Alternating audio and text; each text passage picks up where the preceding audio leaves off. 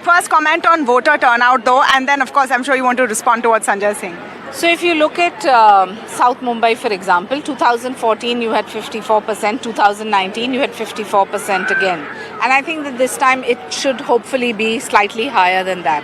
But having said that, Tamanna, there has been no anti-incumbency. This is the first time you have a pro-incumbency because of the 10 years of good work done by the BJP and the Modi government. If you take a city like Mumbai, you just look around you, look at the infrastructure, look at the metros, look at the railways, look at the kind of facilitation. We'll have to wait for the results to say that. Yes, but the results are out. The results are out. Prime Minister Modi's magic has been seen by Mumbai. When he came for the rally itself, he has only talked about his progressive vision, a vision which has touched 60 crore lives.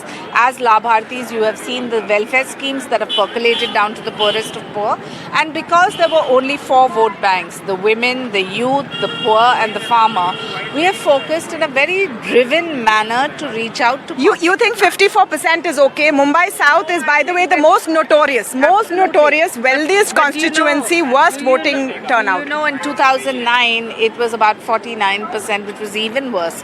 And people came out and had a referendum. I hope that... I'm not for 1 minute saying that this is right, because when you make effort to get a passport or to get a visa or a driver's license, you make sure you go, irrespective of whether it's hot or not, stand in that line and get your... I saw you in Mumbai South constituency today. In the polling booth, there was nobody. You could just walk in and vote. The point is, the effort that one expects has to be something which is driven by the people also. This festival of democracy comes once in 5 years. So the appeal would be that more people do come out. But what was really heartening is to see how many senior citizens took the effort and made that. That's why I cited this example. For the younger generation also, that sometimes takes it as a weekend or a holiday or an extended holiday.